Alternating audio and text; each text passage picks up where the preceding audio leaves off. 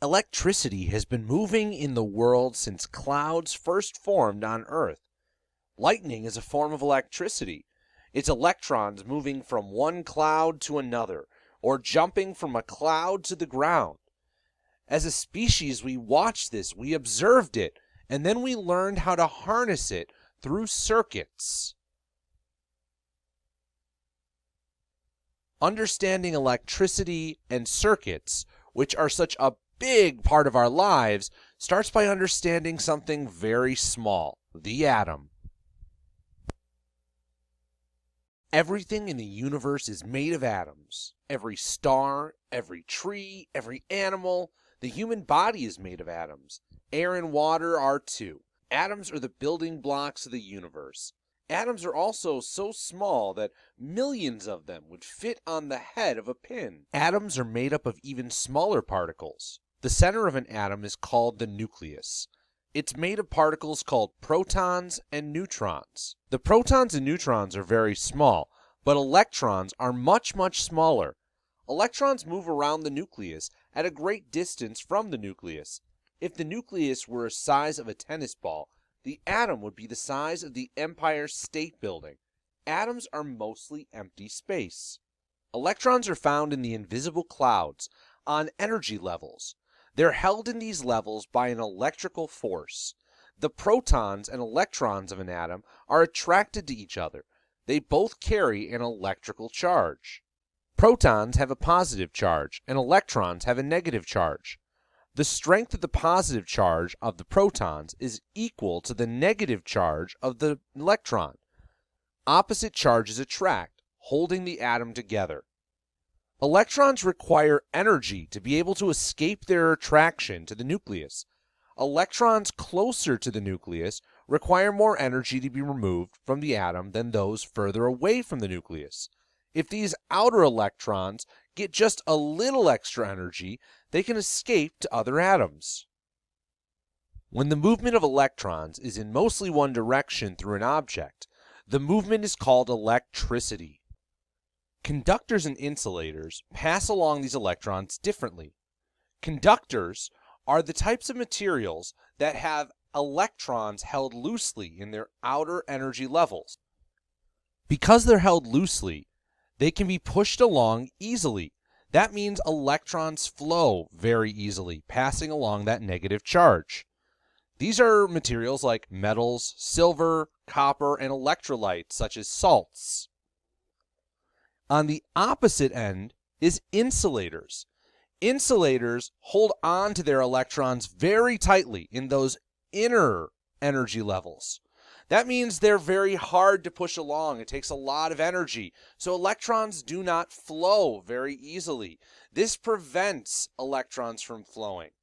We see this a lot in plastic, rubber, air, and glass. This is why a lot of electrical equipment is either insulated or coated with rubber or plastic. When electrons are allowed to flow through these conductive wires, this LED lights up, transforming from chemical energy in the battery to electrical energy to radiant light energy. If you try to close the circuit with some tap water, the LED barely lights up. This is because water on its own is not a strong conductor. Electrons flow, but not as freely as when salt is added to the water. The electrolytes released in the salt water prove to be a better conductor than the water alone. We can apply this observation to make our own conductive Play-Doh using some common household items.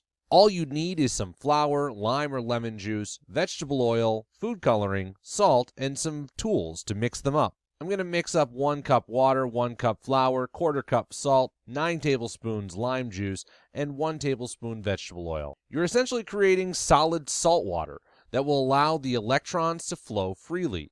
Heat and stir over medium heat until it solidifies. Knead it like dough with another 1/4 cup of flour until it feels like Play-Doh. I'm going to roll this dough into a basic circuit. Electricity travels in closed loops called circuits. It must have a complete path before the electrons can move. If a circuit is open, the electrons cannot flow. Electricity makes our lives easier, but it can seem like a mysterious force. Measuring electricity can be confusing because we can't always see it. We're familiar with terms such as watt, volt, and amp, but we often don't have a clear understanding of these terms. We buy 60-watt light bulbs, a tool that needs 120 volts, and vacuum cleaners that use 8.8 amps, and we don't ever stop to think about what these units mean. Our first measurement is called voltage. The pressure that pushes electrons in a circuit is called voltage. Voltage is a measurement of the pressure applied to electrons to make them move. It's a measure of the strength of the current in a circuit, and it's measured in volts. This tool is called a multimeter. It's able to measure the voltage of our circuit. As the two leads get closer and closer together, the voltage drops. Measuring the voltage directly from the two ends of my battery helps to explain why this is called a 9-volt battery. It has an electrical potential difference of 9 volts. The potential difference between these 2 points changes because of resistance. Resistance is a property that slows the flow of electrons, or the current. Resistance acts like friction, slowing down the electrons. Resistance is measured in units called ohms. There are devices called resistors with set resistances that can be placed in circuits to reduce or control the current flow. Every load in a circuit has resistance. This includes lights, motors, etc. The resistance in the Play-Doh slows down the electrons. Cutting the Play-Doh stops the electrons. Bridging that gap with an LED shows us the electric current. The LED only works when aimed in one direction, so the current must be flowing in one direction. The electric current is the flow of electrons. It can be compared to the flow of water in a river. A water current is how much water passes you in a given time, whereas an electrical current is measured in amperes or amps. 1 ampere is 6.25 times 10 to the 18 electrons per second passing through a circuit. This is an example of a basic circuit. If you're able to open and close the circuit, you've made a switch. When I close this gap with another LED, I've created a new kind of circuit, a series circuit. Series circuits are named because each load is placed in a row. The electrons have to flow through one single path, through all loads. The resistance of each load adds up as they cause the voltage to drop more and more each time. Because of this single path, the current flows at the same rate throughout.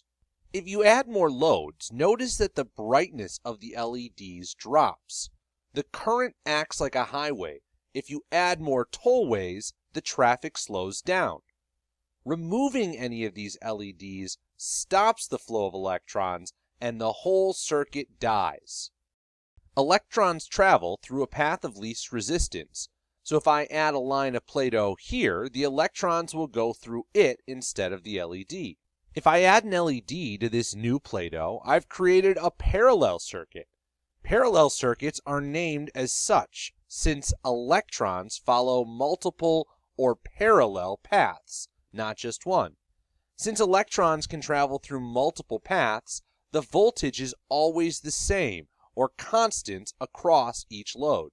As I add resistance to the circuit, the LEDs do not drop because the resistance is inverse. Because of this, the current is different along each rung of the parallel circuit, which looks like a ladder. If I remove LEDs, the electrons just simply take another path. So you can remove an LED from a parallel circuit without the other bulbs turning off. To continue exploring circuits, click on the PhET simulation site. Click Play to start the simulation. You can choose to explore the intro or cut straight to the lab.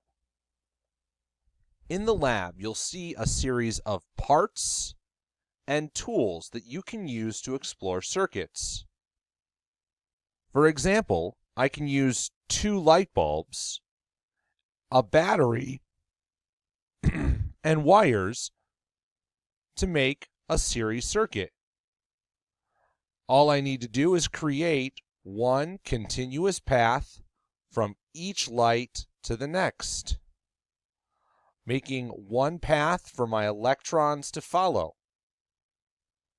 In this case, I get slow electrons and I get very dim light bulbs. I can reset this and try to create a parallel circuit. For a parallel circuit, I'm also going to use 2 light bulbs and 1 battery, but instead, my wires are going to follow 2 different paths. The electrons can go through here, through my first light bulb, or they can continue past that light bulb, onto the second, and then back to that battery. This parallel circuit gives my electrons 2 paths.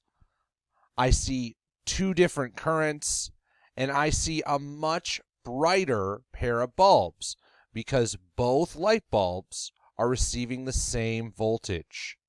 I can use my voltmeter and ammeter to read my current if I'd like. On your own, create a series circuit and a parallel circuit using 3 light bulbs each. Take a screenshot of each and post it to Google Classroom.